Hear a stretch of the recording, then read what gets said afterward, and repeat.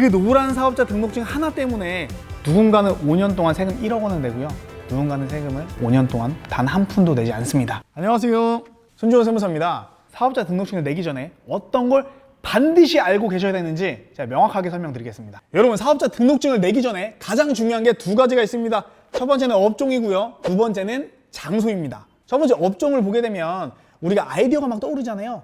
이 아이디어를 가지고서 나 이걸로 일하면 돈 벌 수 있겠어 라고 하는 게 그게 바로 업종이거든요. 그런데 문제가 이 업종을 생각할 때 단순히 아이디어만으로 가실 게 아니고 세금이 어떻게 되는지를 꼭 보셔야 됩니다. 업종에 따라서 어떤 업종은요, 창업 감면이 돼서 5년 동안 세금이 아예 안 나와요. 또 어떤 업종은요, 중소기업 특별세액 감면이 적용돼서 30%를 세금을 깎아주거든요. 그런데 어떤 업종은 세금을 있는 그대로 다 내야 합니다.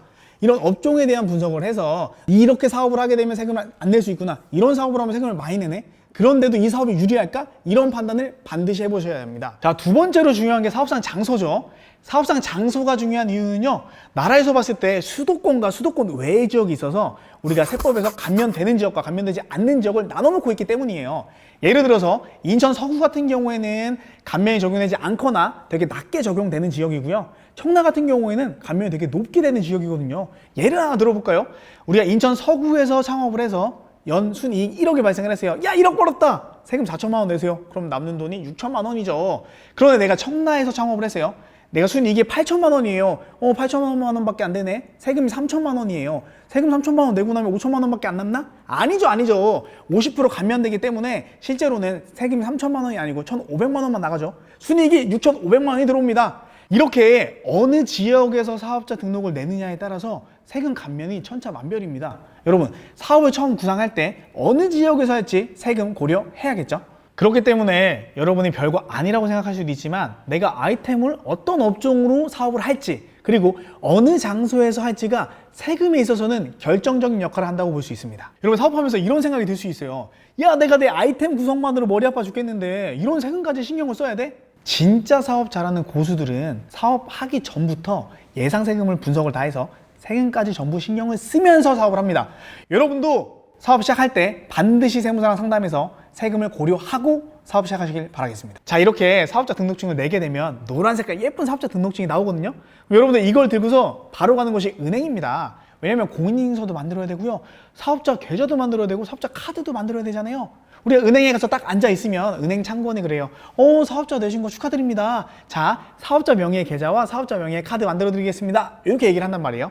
여러분, 굳이 만들 필요 없습니다. 왜냐면 국세청에서는 사업용 계좌와 사업용 카드라고 하는 것은 국세청에 등록된 계좌와 카드를 의미합니다. 은행에서 만들어주는 사업자 명의의 계좌와 카드는 국세청에서 말하는 사업용 계좌와 카드가 아닙니다. 그렇기 때문에 굳이 사업자 명의의 계좌와 카드를 만들 필요는 없고요. 가장 유리한 걸 쓰면 되거든요. 저 같은 경우는 대학생 때 쓰던 계좌를 아직도 사용하고 있어요. 그냥 이체 수수료가 없어요.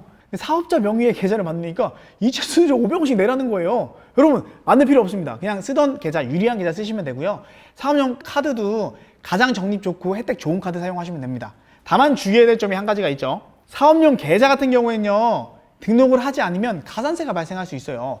물론 조금 나중에 등록해도 괜찮긴 하지만 지금 등록 안 하면 나중에 까먹게 되거든요.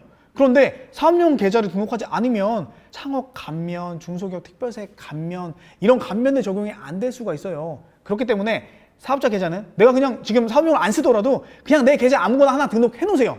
그래야지 감면이 안 되는 불이익을 피할 수가 있습니다. 자, 이렇게 이제 사업을 하게 되면 세금 절세를 위해서 가장 중요한 게 무엇일까요? 당연히 적격 증빙을 수취하는 것입니다. 여러분들이 돈을 번 만큼 세금 내는 거 다 알고 계세요. 그래서 저한테 맨날 물어보시는 게 이거 비용 처리 되나요? 라는 말을 정말 많이 하십니다. 비용 처리 되는지 안 되는지는 적격 증빙인지 여부를 확인하시면 편합니다.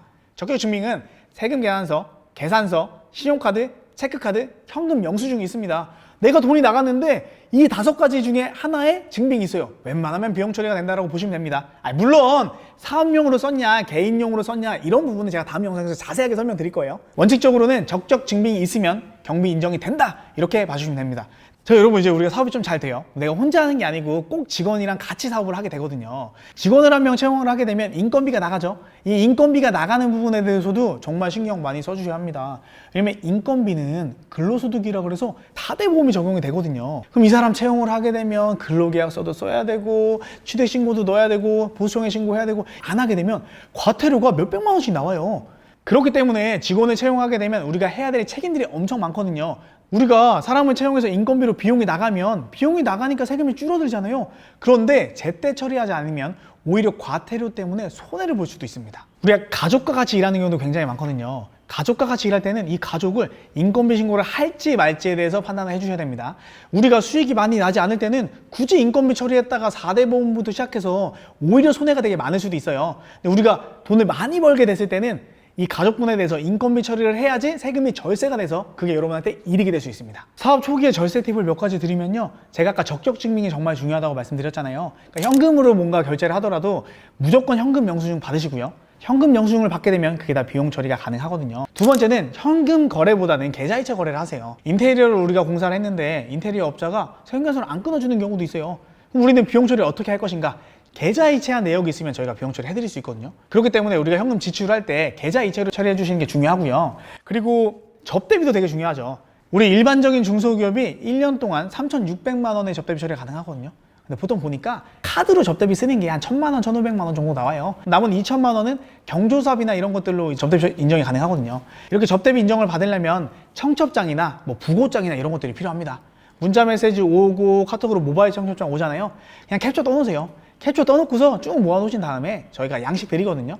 그 양식에다가 간단하게 작성만 해주시면 한 건당 20만 원까지 처리가 가능합니다. 그렇게 해주시면 여러분 또 접대비까지 한도까지 채우게 되면 절세하는 데 상당히 많은 도움이 될 것입니다. 자, 여러분 오늘은 사업자 등록 내기 전과 후에 가장 기본적으로 알아봐야 될 내역들에 대해서 좀 봤는데요. 유익하셨나요? 조금 더 상세하게 궁금한 내역들이 있으면 다른 세무사들이나 회계사들이나 전문가분한테 한번 여쭤보시면 될 것 같습니다. 기본을 놓쳐서 피해보지 않도록 여러분 오늘 내용 꼭 숙지해 주시고요. 저는 다음에도 유익한 내용으로 찾아뵙겠습니다. 이상입니다.